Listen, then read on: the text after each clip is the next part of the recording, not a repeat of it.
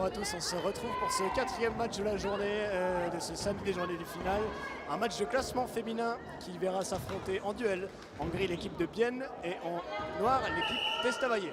J'accueille également Johan qui m'accompagne pour ce direct. Bonjour Johan. Bonjour à tous. Le match qui débute avec une première tour effectuée par Bienne, bien rattrapé par Estavayer et encore une amorce rapide. On voit que ce jeu rapide fonctionne en ce début de match, Johan. Oui, alors effectivement, je pense que vu que c'est un duel, le jeu rapide sera favorisé et marchera beaucoup durant ce match. C'est vrai, ça peut être un petit mot par rapport aux spécificités du jeu en duel, par rapport à ce qu'on connaît habituellement et les trois équipes.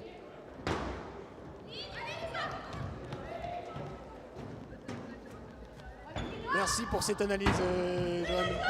Et encore un jeu rapide effectué par Bienne ici. Et c'est une nouvelle échappée pour Estavayer. On voit les joueuses d'Estavayer qui sont à la balle, qui se préparent une amorce à 3. Avec une frappe un peu centrée, elle s'expose à nouveau au gel. Ah ouais, on voit de nouveau, ça joue très très vite. Pour la troisième fois consécutive, on voit Bienne qui effectue cette stratégie. Est-ce que tu peux nous en dire plus sur cette stratégie, Johan ? Alors effectivement, elles vont jouer rapide, je pense, le long du match, parce que comme on peut le voir, ça fonctionne très bien en début de match. Et je pense qu'elles vont favoriser ça durant le reste du match. Tout à fait, tout à fait.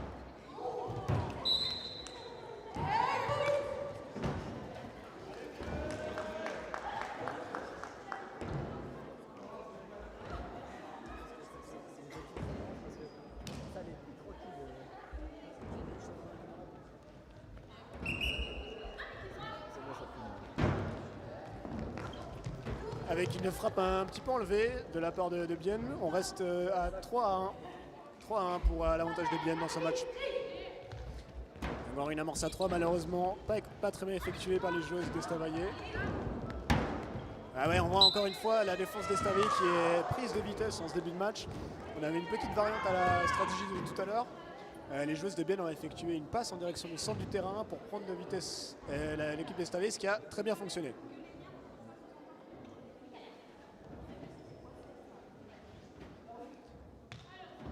Les joueuses d'Estavayer en amorce à 2. Ouais, une stratégie classique avec un beau faux frappeur ici, une belle feinte. Une frappe un peu enlevée, que va décider l'arbitre ? Échappé. Ah, on voit que l'arbitre assistante Delphine a demandé un temps mort d'arbitre. Il était mieux placé que son chef. Est-ce que la décision va changer ? Les joueuses attendent les résultats. Ah oui, en effet, extérieur pour l'équipe noire. Ouais, on voit souvent l'arbitre adjoint qui peut venir en aide à son chef.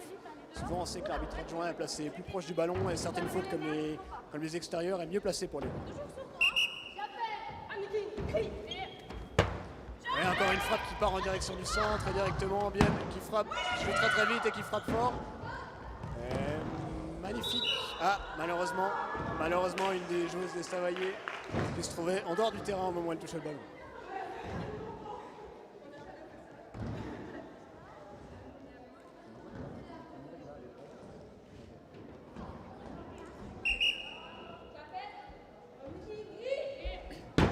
Et on tente un peu une stratégie différente ici avec Estavayer, on essaie d'attaquer les lignes. L'idée est bonne, l'exécution un petit peu moins malheureusement extérieure. Donc à 6 points pour Bienne et 1 point pour Estavayer.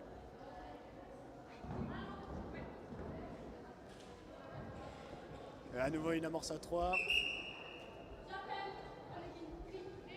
Avec ici une frappe et encore une fois Bienne qui joue vite avec une frappe de Julie.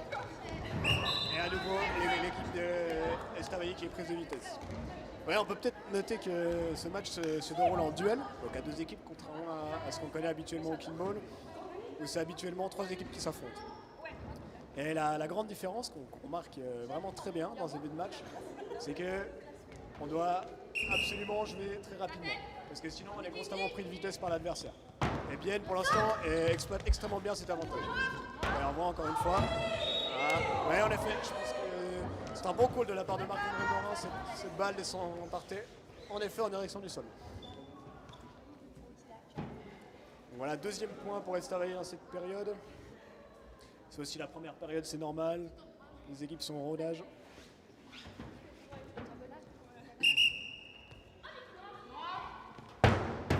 Et on voit que pour éviter le problème de se faire geler, l'équipe de Bienne décide d'attaquer très très fort sur les lignes, ce qui ne permet pas à Estavayer de contrôler rapidement la balle et donc de jouer rapidement. C'est payant ce moment. Alors une belle frappe, malheureusement qui sort du terrain. La numéro 1, Elisa Spiri, qui frappe en dehors des limites du terrain. 8-3 pour Bienne. Estavayer qui garde espoir malgré tout dans cette période. Et on voit ici un magnifique zoom proposé par la réalisation des joueuses qui se consultent pour décider de la stratégie. Et encore une fois, on attaque la ligne, très bien joué à mon sens, avec un shot. Ah ouais, on a vu cette balle volée.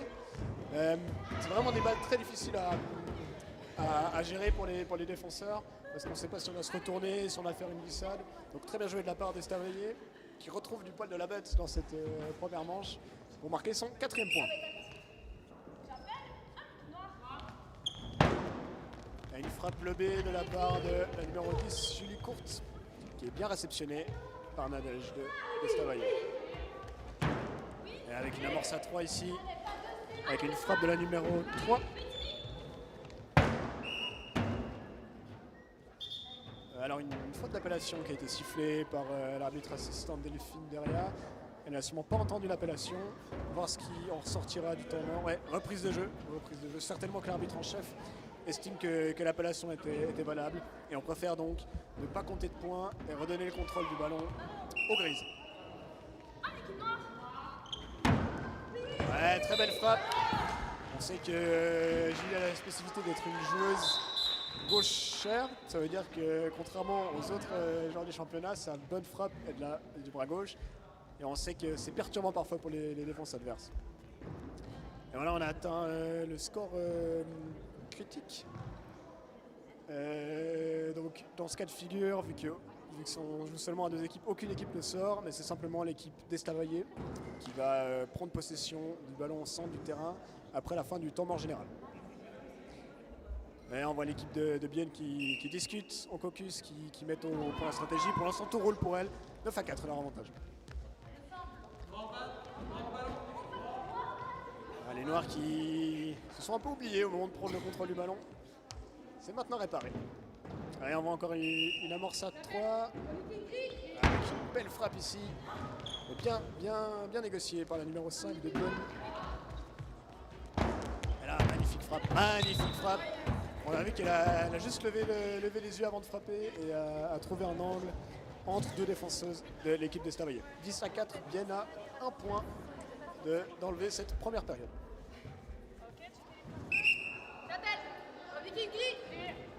Une frappe de la numéro 4, un petit peu lobé. Mauvaise communication malheureusement entre les 2 joueuses de Bienne. À mon sens, il y avait moyen de mieux faire là entre Camille Zimmermann et Julie Courte, la communication qui n'a pas bien fonctionné. On sait que pour défendre une balle au kickball, c'est hyper important de bien communiquer pour ne pas se gêner comme elles l'ont fait à cette occasion. Allez, 10-5. Une belle frappe de Félix Sondo ici, directement réceptionnée. Et cette frappe extérieure. Et oui. 11 points pour Bienne qui remporte donc cette première période.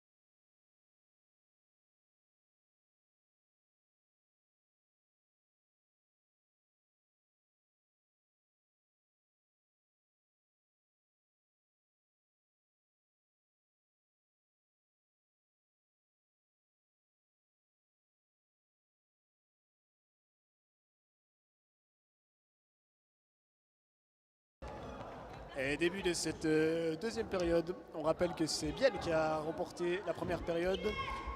Il faut 3 périodes pour remporter le match. Avec une frappe malheureusement un petit peu trop lobée ici de la part de la joueuse d'Estavayer. On sait que les meilleures frappes pour marquer des points, c'est vraiment les balles qui partent le plus droit possible. On essaie toujours d'aller chercher ce qu'on appelle de frapper des belles drops. Donc c'est vraiment des frappes qui partent fortes avec une trajectoire droite et qui retombent très vite sur le sol. Ah, déjà, c'est 1-0 pour Bienne et non pas sur Estavayer. Il y a une petite erreur au niveau de l'affichage des points. Veuillez nous excuser. Avec de nouveau une frappe levée proche de la ligne, bien négociée par Elisa Spiri qui réceptionne, qui fait une belle passe au centre. Et magnifique option de frappe ici. Et là on a vu aussi Elisa qui a fait sa passe, qui a ensuite levé les yeux et a vu le trou. Elle a vu le trou en face d'elle, n'a pas réfléchi plus loin que ça et a frappé fort en direction du trou. Très bien joué. Et encore une belle frappe de la numéro 4 qui fait un très bon début de match, je trouve. Offensivement, elle apporte énormément à son équipe. La numéro 4, bon, Léana Martin pour l'équipe d'Estavayer.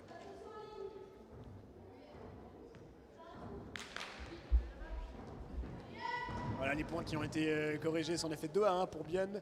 Est-ce qu'on va assister à une manche plus serrée pour cette deuxième période? Ce serait mon plus grand plaisir en tout cas. De nouveau, on voit beaucoup Bienne effectuer cette stratégie. C'est à mon sens une bonne idée parce que ça permet de garder le rythme et de fatiguer cette équipe d'Estavayer tout en ayant la balle au centre du terrain et s'ouvrir des options de frappe. Et là encore une fois, cette chose que je mentionnais tout à l'heure, qui fait une magnifique frappe du bras droite et qui permet à Estavayer d'égaliser à 2 partout.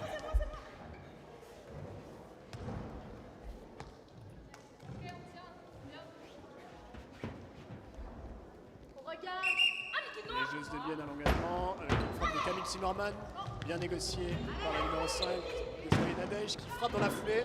Ouais, malheureusement, on a vu que la frappe était bien négociée, mais que ça rebondit sur la cellule et que ça a donné cet effet vers le haut pour la balle. Et du coup, c'était facilement réceptionné.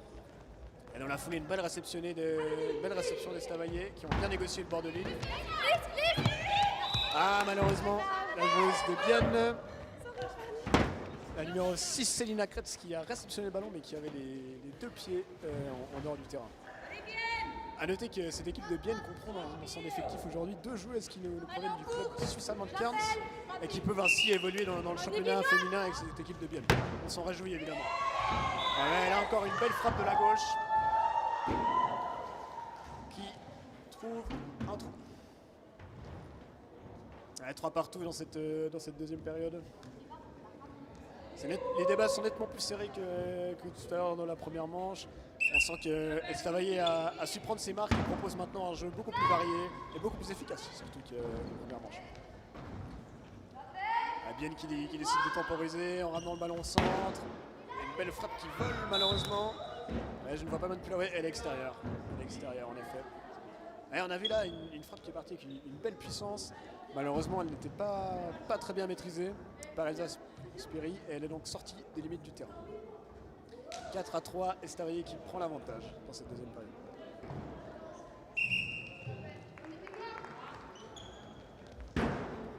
Voilà, alors une frappe un petit peu neutre ici qui est directement réceptionnée par Estavayer.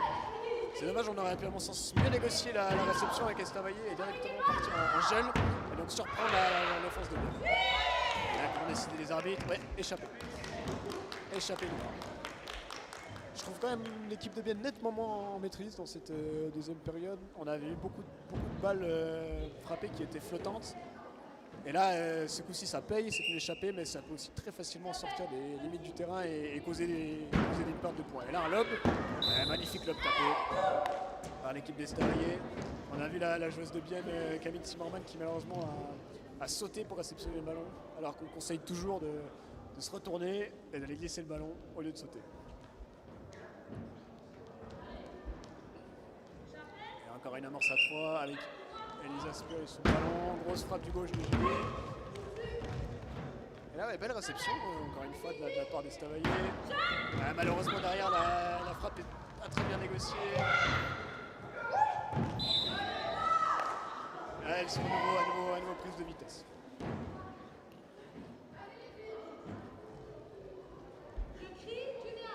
On voit Elisa Spiri qui fait des grands gestes sur le terrain en direction de son banc. On ne sait pas si elle ressent peut-être une petite gêne, une petite blessure. En tout cas, on voit Ophélie Sando qui s'échauffe sur le banc. Peut-être un changement imminent à venir pour Bienne. Et encore une belle frappe là de la numéro 4, Léana. Ouais, on sent malheureusement que cette frappe de Bienne est beaucoup moins tranchante que tout à l'heure. Ça devient difficile de marquer le point. Il faut aussi évidemment reconnaître le mérite d'Estavayer qui défend beaucoup mieux que tout à l'heure et qui met en difficulté cette offensive de Bienne. Ouais, le changement mentionné tout à l'heure, Elisa Spiri qui glissait de sa place à Ophélie Sando. Elle semble en effet avoir une petite gêne. Elle est soignée sur le banc actuellement. Belle frappe de Célina ici. Nadège qui se fait peur avec la ligne. On rappelle que dès le moment où la joueuse a les 2 pieds en dehors du terrain, c'est une extérieure qui est sifflée. Faute qui est sifflée.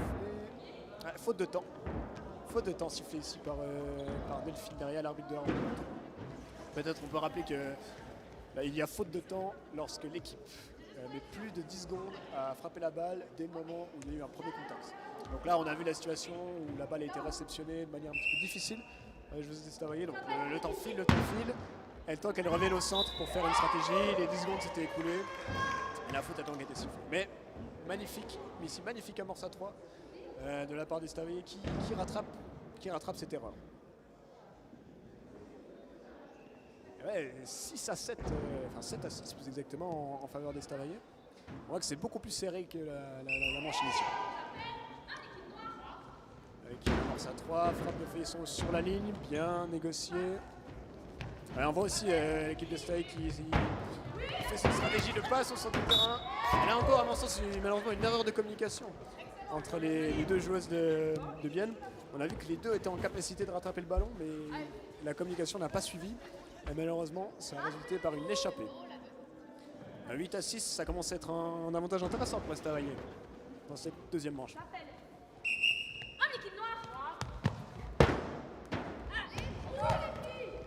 Ouais, alors ici une glissade, une deuxième glissade, malheureusement la deuxième glissade a été trop.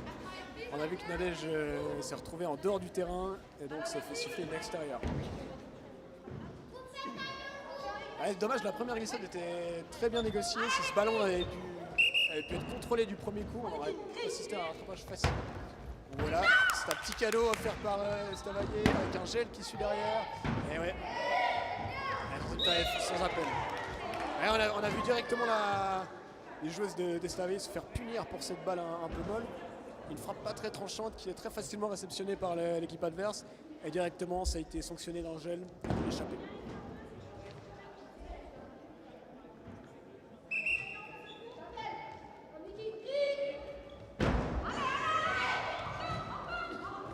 Et là, on voit un lob. Un lob qui a payé. La balle a été freinée par une première joueuse de l'équipe de Bienne. Et là, petit avantage pour Estavayer dans cette partie.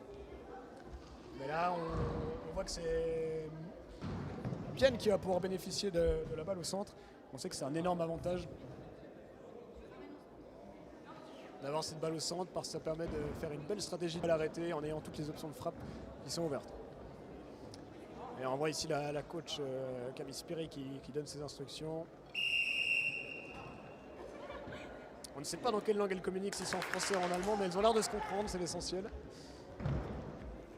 Et ouais, là, ce serait pour Bienne, ce serait vraiment bien de marquer ce premier point. Ça mettrait aussi Estavayer sur la ligne, ce serait plus compliqué pour elle de s'en sortir par la suite. Ouais, une belle frappe ici qui fait la différence. Donc échappé Estavayer. Et là maintenant Estavayer qui se retrouve dans une situation plus délicate car il y a 9 points partout, elle se retrouve en bord de ligne. On sait à quel point c'est compliqué de marquer un point en partant de ligne. Et encore cette joueuse là que je mentionnais tout à l'heure, qui encore une fois marque un point, elle fait une belle différence. Elle est très efficace en ce début de match. Et là, on a maintenant Estavayer qui a un point d'égalisé et de revenir à une manche partout. Alors, on va voir ce que décide de faire Bien. Si on va essayer de glober par exemple une des joueuses ou l'option qui va être prise, qui va être décidée pour la stratégie. Ouais, une grosse frappe du gauche, encore bien négociée. Et là, on voit un gel. Une frappe directement dans les bras des défenseurs. Et encore une fois, une frappe assez décisive. Ouais, je pense que c'est la bonne décision de calmer un peu tout le monde et de revenir au centre du terrain. On fait une belle amorce à 3. Avec une frappe, magnifique frappe de Feliciano qui fait la différence et qui permet à son équipe de recoller 10 points partout. Donc le prochain point sera décisif dans tous les cas. Il déterminera l'équipe vainqueur de cette deuxième période. Pas de temps mort prise par les joueurs d'Estavayer. Une belle frappe et encore une fois la numéro 5 qui fait la différence et qui marque ce point de période. Une manche partout, tout est relancé dans cette partie.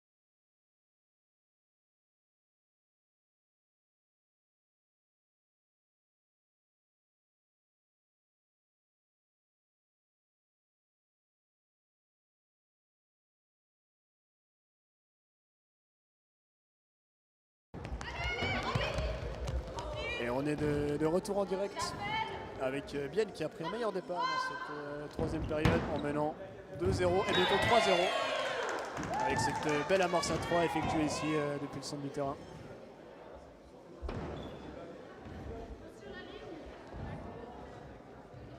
Peut-être le contre-coup pour Estavayer de la victoire dans cette deuxième manche, un petit peu plus difficile de bien se remettre dans le match.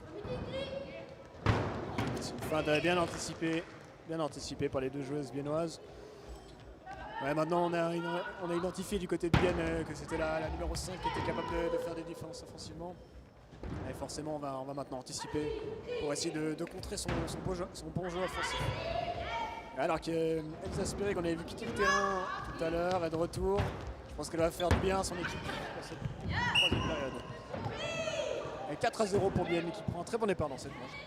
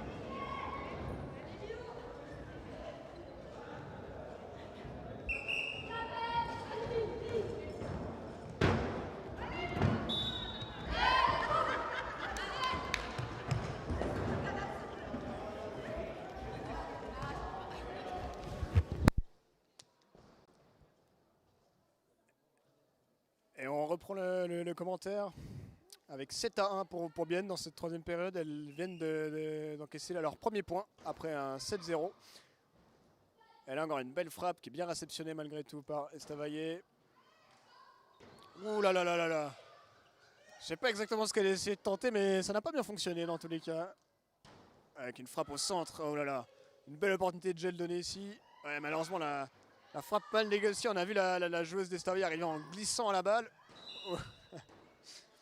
Alors on a vu la numéro 3 d'Estavayer qui venait de jouer là. Qui après avoir frappé le ballon s'est retrouvée prise dans la cellule adverse. Donc c'est évidemment une défensive illégale qui est sifflée. Ouais, défensive illégale, noire, c'est bien ça. C'est les noirs qui reprennent le contrôle du ballon. En 8-1, ça va être compliqué à mon avis pour Estavayer de s'en sortir. Avec une belle frappe, belle glissade. Et on voit tout de suite les deux autres joueuses ici qui viennent aider Félix Sando à contrôler ce ballon. Encore une magnifique frappe. Ouais, on voit qu'aucune des deux équipes présentes sur le terrain n'a le bénéfice d'une rapprochée. Elles défendent donc au carré, ce qui est extrêmement difficile à défendre.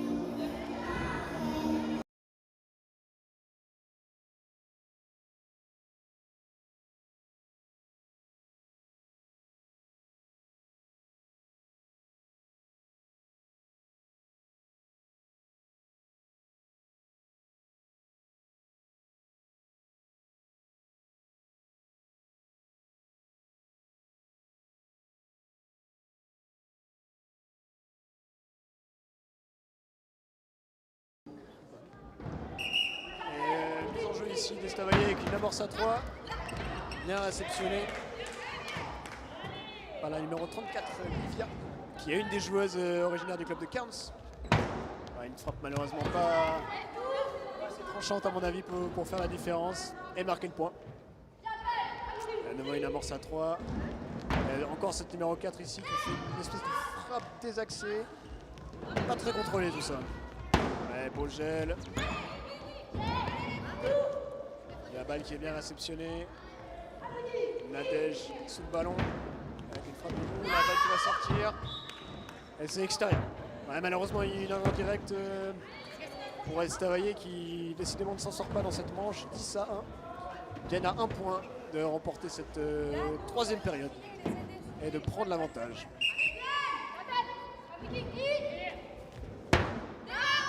Et malheureusement, une deuxième faute directe à la suite. 11-1, mais on voit les joueurs d'Estavayer déçus, mais à mon sens, c'était une bonne décision d'essayer de taper la ligne ici. Prendre un risque, quitte à tout perdre, et c'est ce qui a été décidé.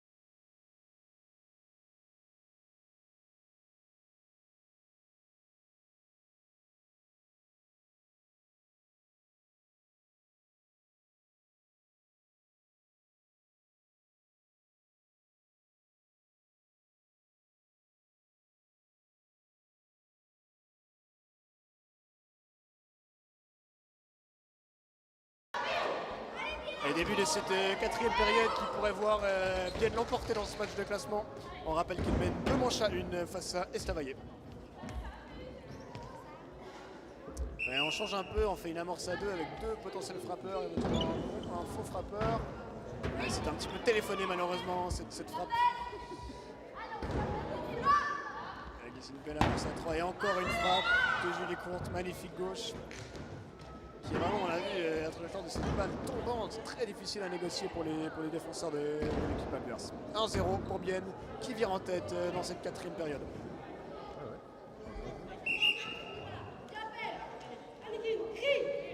Une belle frappe négociée, et là on voit Lisa Spray qui lance un gel.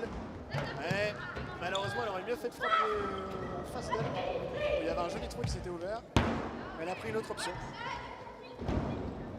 On essaie de calmer le jeu pour Bienne, de revenir au centre du terrain, ça a fonctionné jusqu'à maintenant, il n'y a pas de raison de changer de stratégie. Et une fois encore, une belle frappe décisive qui marque le coup. 2-0 déjà dans cette quatrième période. Et on voit les aspirés ici qui donnent beaucoup d'instructions à ses coéquipières. Vraiment une joueuse d'expérience qui est dans l'équipe depuis des années.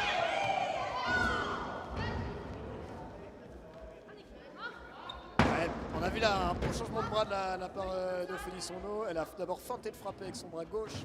Et ensuite, le contraire, elle a feinté avec son bras droit et frappé avec son bras gauche. Malheureusement, sa frappe de bras gauche n'était pas suffisante pour tromper la vigilance de la défense.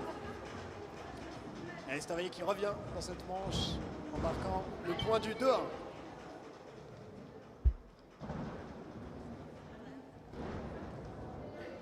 On voit une amorce à 3 ici. Avec une frappe. Ouais, en vrai, elle a hésité à frapper au centre du terrain. Finalement, elle a pris l'option de frapper la ligne. Et un jeu rapide. Ouais, on tombe un petit peu dans un faux rythme dans cette partie. C'est vrai qu'au début de jeu, au début de match, on avait vu beaucoup de jeunes, beaucoup d'actions rapides. Maintenant, peut-être que les joueuses osent un peu moins et peut-être aussi la fatigue qui se fait ressentir. On rappelle que Bienne a déjà disputé tout à l'heure la demi-finale. Match qui s'est terminé en 5 périodes après un combat acharné face à ses deux adversaires.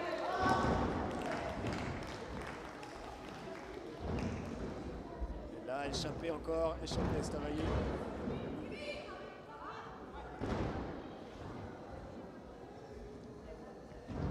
Et il amorce à 3, comme on avait encore une frappe de la numéro. Non. Ah, bien joué, bien joué. Mais Julie Comte était vigilante et a bien gardé sa ligne. On sait que parfois en défense en bord de ligne, là où la joueuse qui doit défendre sa ligne a tendance à décoller et à faire un bord direction de terrain. Et c'est à ce moment-là qu'il faut frapper très très fort sur la ligne pour essayer de se comprendre. Mais Julie ne s'est pas fait avoir sur ce coup-là. Et là, une frappe extérieure, en effet, il faut qu'il aille au ballon. À 3-2, on avait vu Bienne prendre un excellent départ. Dans cette période, c'est un peu plus compliqué, un peu plus concrétisé.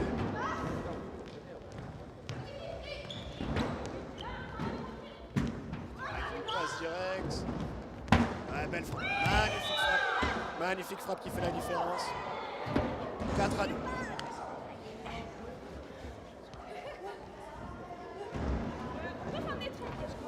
Ouais, c'est un schéma qui se répète dans ce match, avec vraiment Bienne qui mise tout sur la puissance de ces frappeuses. Et c'est vrai qu'à ce petit jeu-là, elles sont pour l'instant supérieures à leur adversaire. Attention à la ligne, une balle bien négociée. Et encore une fois, on va avoir une tour, une belle prise d'élan et une grosse frappe, et ça fonce. Ouais, Bienne qui graduellement change un petit peu de stratégie. En début de match, c'était beaucoup de jeux rapides, et maintenant elles ont vu que revenir au centre du terrain pour trouver des options de frappe fonctionnait parfaitement. Elles privilégient cette option. Certainement une consigne qui vient du banc.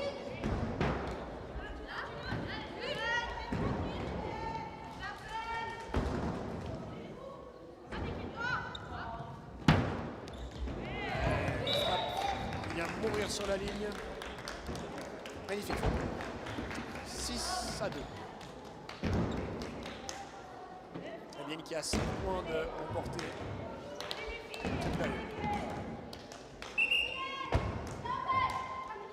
Ouais, on sent que Estavayer, contrairement à la manche 2 tout à l'heure, ont beaucoup plus de peine à défendre. On les avait sentis beaucoup super actifs en défense, en mettant de l'intensité physique, aussi en prenant des bonnes options, en anticipant, ce qui avait permis de rattraper beaucoup de ballons. C'est beaucoup plus compliqué malheureusement la période précédente et cette période. Malgré ici un beau point marqué par Estavayer. Ouais, encore une belle frappe.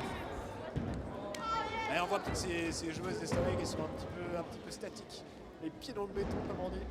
Donc avec les frappes partent avec une telle puissance, c'est compliqué de les rattraper. On doit prendre une option, on doit décider de partir à droite ou à gauche pour réceptionner une balle. C'est à 3. Bienne qui se rapproche de la victoire. Ouais, qui font malgré tout la différence. La résistance, pardon, avec ici cette belle frappe. Et une incompréhension entre les deux joueuses de Bienne. Qui n'ont malheureusement pas pu réceptionner ce ballon.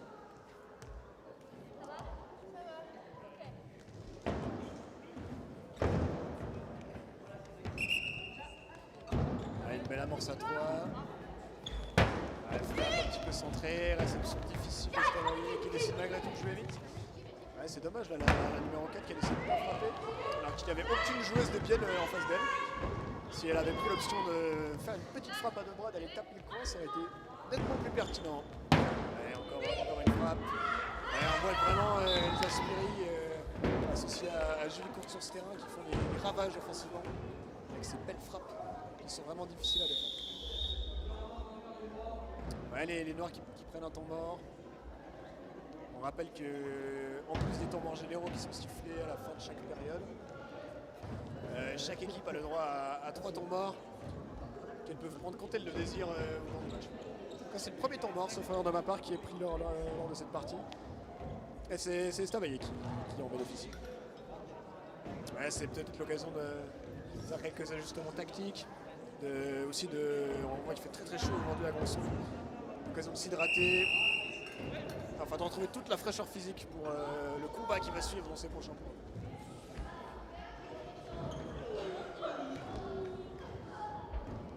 Retour au ballon, Estavayer à 10 secondes pour préparer une stratégie. Jusqu'au coup de sifflet de l'arbitre, voilà qui est fait. Ici, frappe bien réceptionnée. On va revenir au centre du terrain. Ouais, magnifique frappe aussi là.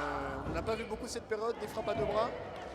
On voit que parfois la puissance n'est pas forcément la solution. Parfois une petite frappe à deux bras bien placée pour aussi faire toute la différence. Ouais, 9-4 comme le montre ici l'angle de caméra. Viennent à 2 points de remporter cette partie. On va voir quelle solution va trouver Estavayer pour lutter dans cette prolongation de période. Ouais, je mentionnais tout à l'heure ce temps mort général qui est sifflé lorsqu'une des équipes arrive à 9 points. C'est le cas pour Bienne ici. À la fin du temps mort sifflé par l'arbitre de la rencontre. Une tour rapide ici proposée par Estavayer. Avec un changement de bras bien anticipé par la défense de Bienne. On va assister à une énième tour de Bienne. Est-ce que ça va encore une fois être efficace? Ah non. Ouais, malheureusement, une frappe pas contrôlée ici de la part de Félix, qui allait mourir dans les bancs des entraîneurs. Rien de dramatique, 9 à 5. Restez vigilants, on sait qu'au Kinball, tant que le dernier point n'est pas marqué, rien n'est fini, tout est possible. Allez, ici, tentative de mettre du rythme, de réveiller un peu tout le monde. Ah, une frappe malheureusement qui arrive directement dans les bras de la défenseur. De Bienne. Voilà, à mon sens, manque un contact. Oui. Marc-André Morin, arbitre en chef de la rencontre, l'a aussi vu. C'est la numéro 10 là, qui ne touchait pas au ballon au moment où la frappe était effectuée. Ouais, les joueuses de Bienne qui n'ont pas l'air de comprendre, c'était pourtant assez clair à mon avis. Et c'est pas forcément une mauvaise chose parce qu'on voit la Bienne qui réceptionne la balle au centre avec toutes les options de frappe qui restent ouvertes. Et elles en profitent pleinement avec encore une frappe, une belle gauche qui vient taper la ligne. Très difficile à rattraper. Allez, 10 à 6, balle de match pour Bienne.